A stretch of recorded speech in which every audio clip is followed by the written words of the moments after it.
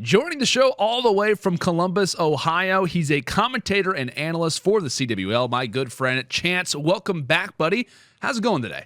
Oh, it's been a struggle just to get everything to work, but we're here, so hopefully no mistakes happen. Yeah, that's for sure. We've been having like a few technical problems, I feel like, over the last few weeks. But I have to admit, like, you popped up on screen and you were on the couch, like, ready to go. Your audio was working. I'm impressed.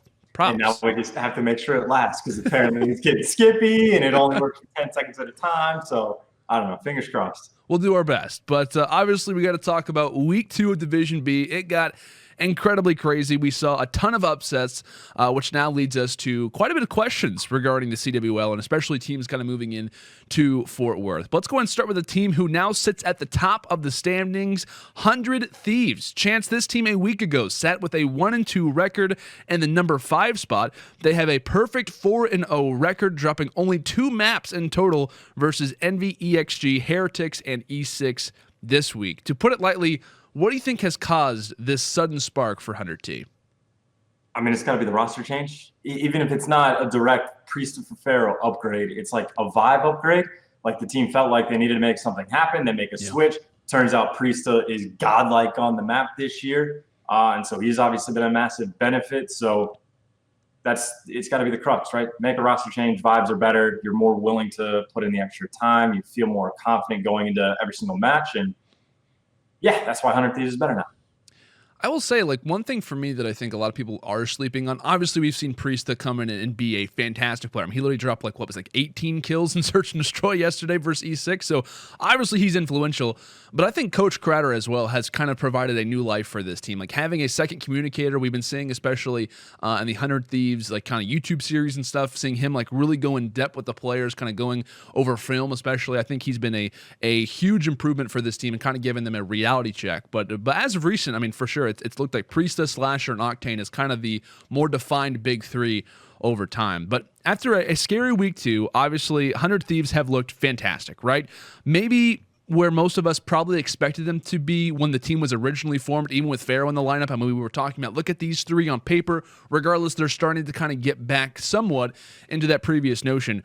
Where would you put them after this week? All things considered, where would you put them in your power rankings as of this moment? Do you think that they're maybe eclipsing that top 4?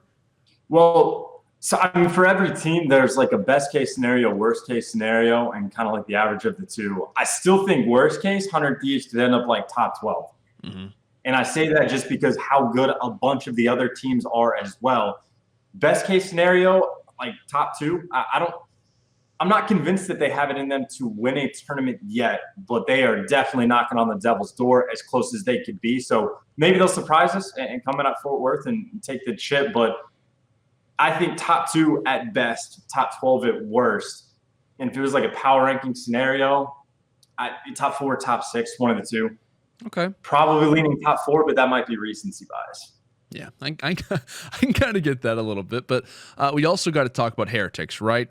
They kind of worried me a little bit. I will say, you know, in certain situations, you could argue maybe one or the other, but they come into this week undefeated, taking down Splyce at the time, maybe considered to be probably the best, if not the second best team in the division regarding Splyce more specifically. So they take them down, and then they later lose 3-0 to 100T, and then 3-1 to Envy. Has the Vamos chance possibly run out? Okay, so 100 Thieves, I think, are on the upswing and can still get better. Heretics, I think from what we saw from them in the first week, that is them at their absolute best. And if they don't bring their absolute best, then they're going to lose to the middle-of-the-pack teams like Envy. So if you want to do like a power ranking thing from them, it would be at their best, like a top 4, but at their worst, like a top 12, and on average, maybe like a top 8 or a top 6. If they play really well. But, I mean, they're obviously a fantastic team, but I don't know. I don't want to say they fall into the Envy branch of where, like, Journey and Metals and Lucky have to have disgustingly good performances just for them to get the win. But they've had a ton of close maps that they win by 5, 10, 15 points in the hard point. They're clutching up in the Search and Destroy. The controls go well. And if they don't have that clutch factor, they're not as dominant as a team as some other teams we've seen to just convincingly come out on top, but obviously still incredibly good. So if I was Heretics, anything less than top 6 would be a disappointment. Anything above top 4, you are incredibly excited for them. Now, talk to me briefly about this guy, Journey, right? Because obviously he and his team have had a slow last few matches. That's kind of granted. We've been kind of talking about their possible upswing along with the possible downturn that they might have. Regardless, though, what do you think about this guy? And what do you think about the claims saying that he could be a top 5 player in the world? Do you think those claims are accurate right now? No. I think maybe he was a top 5 player in the division. Okay. And even that's a little bit arguable. But obviously, he's incredibly talented, probably the best on the team, or almost certainly the best on the team, played that way in the Pro League. But 2 weeks of great Call of Duty is not enough to convince me that he's in the ranks of the guys like Gunless, like Dashy. I want to see it more, and I want to see the open event. Because playing in Columbus, Ohio, 0 crowd, you can be as comfortable as you want. Right. Is different from playing in front of, an extra couple thousand live people, plus the viewership like quadruples or whatever it is from Pro League to open events. So again, not to take anything away, obviously a fantastic player, but I need to see it at an open event before he breaches that top 5 ranking. Now, give me a little bit of a background right now on E United, because somewhat they have been consistent. Like, you could argue certain series have maybe not gone their way, but regardless, though, they do sit second actually in the standings, just behind 100 Thieves. And while they do lose a 3-0 to Envy, this week, they also managed to take down Denial 3-1 and most notably take out Splyce 3-1 yesterday. What has been the driving force behind this team's consistency? Has it really been the major contributions from guys like Abizi and Aristides? I mean, from what you have seen, what you've casted over, what really seems to be working right now for E United and kind of keeping them in the top echelon of rosters in Division B? Well, I would say instead of consistency, it's almost the opposite for me. It's you have guys like Clayster who go from seemingly one of the better players in the game, not like a top 10, but in that top upper echelon caliber of player, to he goes and has a 1-point KD. And granted, I think he was sick the entire 2 weeks, so I'm sure that's a factor. But I think the team as a whole looked a lot worse. But then guys like Abizi stepped up and started making some massive clutches to keep them alive. JCap had a couple clutches on frequency search and destroy to help them win the round 11s. Pristini even playing against Splyce, they win a round 11 on payload S&D. Pristini has to clutch a 1v3 to make it happen. So I think the team has looked more inconsistent, albeit maybe because of a little bit of sickness. But because they showed that they have that clutch factor, I'm still fairly confident for them going into Fort Worth, because even when their back's against the wall, many different players on the roster, pretty much all of them, have shown that they could clutch up when it matters most. So I kind of disagreed and agree with you at the exact same time. Yeah. I don't know how that works. I know what you mean. It's they've been somewhat inconsistent, but their overall results compared to other teams have looked a little bit more on an average, I guess, if that kind of makes sense. Their inconsistencies have almost led to a consistent result. I don't know. I kind of get what you're saying, though. But yeah, the inconsistencies of the team have revealed that they can clutch up, and it the bad things about them means you can see more good things about them. Right, exactly. Which I know is what nice, you mean. I guess. Yeah. Now, I know JP was tweeting out about this yesterday, because Abizi has been an all-star for them, right? We've talked about Aristides, super talented performer, obviously at Vegas. I mean, we were talking about all of his stats, etc. But JP tweeted this out, obviously, yesterday, of course, at ConstatsGG. He was number 2 in hardpoint damage per minute right now in standings. He's number 2 in control damage per minute. He's number 2 in S&D damage per round. He's number 1 in respawn engagement per minute. And while managing all of those things, he is still maintaining a 1.21 AKD chance. That's unbelievable to see how aggressive he's playing, how constantly he's involved in the fray, yet is still escaping with a 1.21 adjusted KD, not even just taking into consideration, obviously, his presence in respawning compared to search and destroy. That's impressive, man. That's crazy. I mean, he's a freak, and that was his job. Right.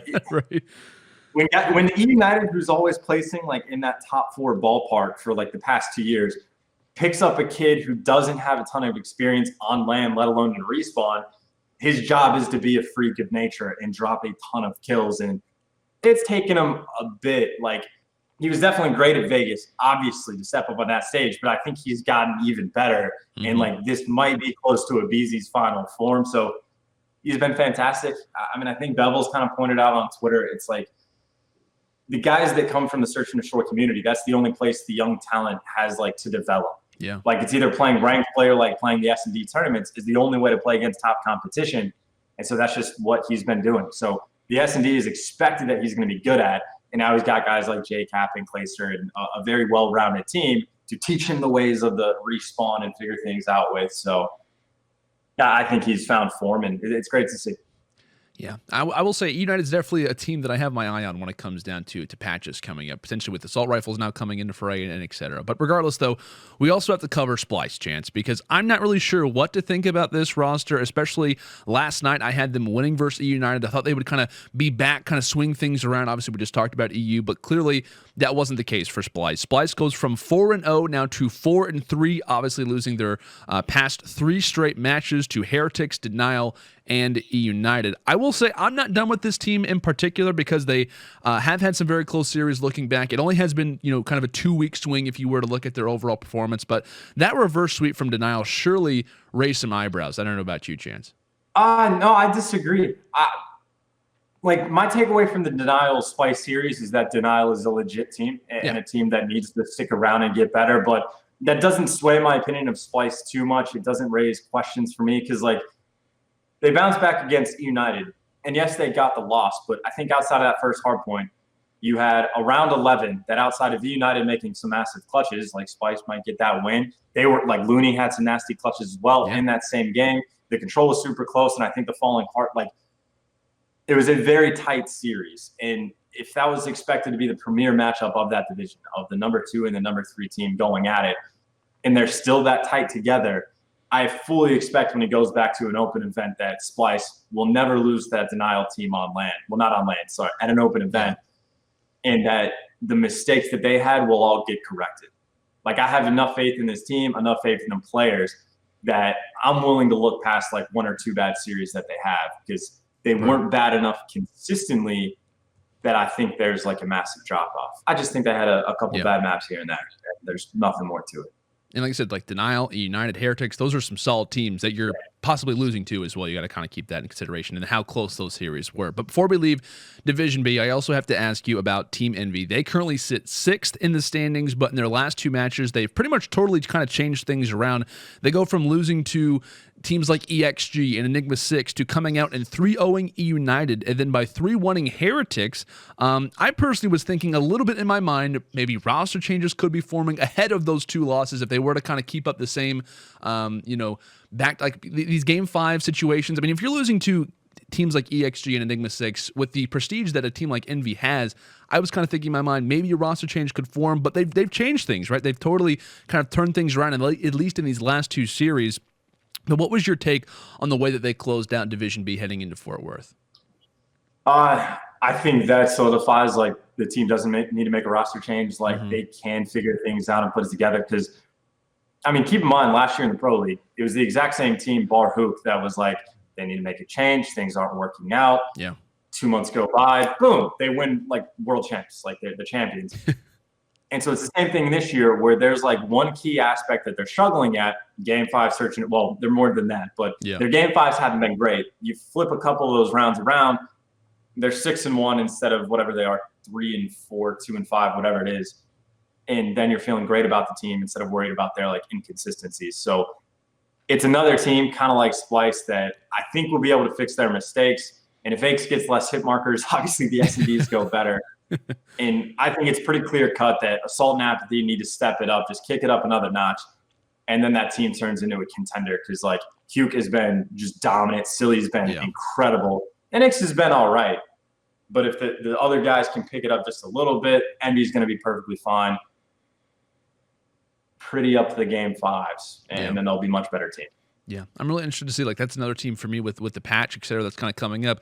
How does that affect Assault's overall play? Because people have been saying, hasn't looked stellar with the ICR, but that could be changing, right? And same thing with Apathy. Maybe with patches coming through, that could give him a few more opportunities to succeed, especially with that fast-paced play that a lot of people have been asking, where's it at, essentially? But we've seen a total of 4 weeks go by in the Pro League. We've seen Division A play out. We've seen Division B play out. Not fully, obviously, because we do still have cross-divisional play to come, but regardless, it's now time to quickly touch on the pools heading into CWL Fort Worth. Now, these were announced yesterday on broadcast after all the matches had been officially solidified, and now we're going to go and have them on our screen.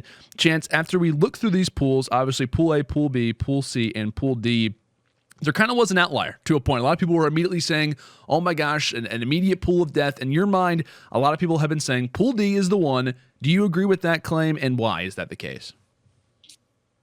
It's the age-old question of what is the pool of death? Is pool of death the one with the heaviest hitters or the most competition? I would say personally, I have always labeled it as the most competition. Like the one I think is actually going to be the closest. That's the way that I have personally labeled it. But so if that's the case, I would go with pool C as the pool of death. Because I think between Midnight Splyce and LG, it's a complete toss-up of who's going to come out top two. Like any of the three could fall to that third or fourth spot and just end up in the losers bracket. And oh dear, because again, Splyce was just 4-3. LG's been a little bit inconsistent. Right. And Midnight, who would have been expected to be the worst of those three teams, came out in the Pro League and just looked phenomenal. And then in Pool D, yes, those are a bunch of heavy-hitting teams, but I think Optic gets out of the top two no matter what. And almost certainly United probably should get out of the top two as well, unless Envy can do something crazy. So Pool D is heavy hitters, but it seems more clear-cut to me than Pool C. Where Pool C, I don't know what the hell's going on. My only thing with Pool D as of this moment is I just want to see how quick the turnaround is going to be with OG and Dashy, because I think that can kind of totally change the tide of what you might be considering the pool of death. Because I think personally they're going to come back a lot faster than maybe a few people possibly think, and they're going to be totally back to the way that they were post Vegas. Maybe a little bit of a slower start, but I think they're going to get back into form much quicker than a lot of people might assume. It's especially when it comes down to land. So that to me is what kind of decides things. But I want to hear your thoughts about OG and Dashy as well a little bit. Do you think that ability heading into Fort Worth is just going to snap back into place, or do you think it might take a few series for them to kind of get adjusted? Because if they were to face off against Envy early, they're not prepared necessarily because of the the lack of practice. Obviously playing with Zuma, the roles have been swapped. Obviously they are practicing online and have been as of recently. But where do you put OG right now? Do you think they perform? Do you think they kind of pick up where they left off from Vegas? I think they might be more dominant now than they were at Vegas. I'm not even kidding. Hey, it does suck because we didn't get to see Dashy play with him at the Pro League, so maybe other teams have caught up. But from everything I've seen, there's a ton of teams like LG, Splyce, and United that look less consistent and less dominant than they did at Vegas. A bunch of teams have caught up to him. Gen G looks great. Midnight looks great. 100 Thieves has now picked it up. So I think the teams that were at the bottom half have picked things up to get closer to the top half. But I don't see a reason why Optic Gaming wouldn't just be as dominant as they were at Vegas, in which case they're going to be fantastic at every single game mode. They're going to be strong at every single map. And they still had as good of a record as Splyce did, and they were playing with a sub in a completely different role. So, again, it's kind of robbed that we didn't get to see them play with Dashy, but I literally do think it's Optic. Then there's 6 or 7 teams fighting for that number 2 spot, and then it's kind of everyone else behind that. I might be wrong, and we'll obviously get to see it at Fort Worth, but that's my hot take for the team.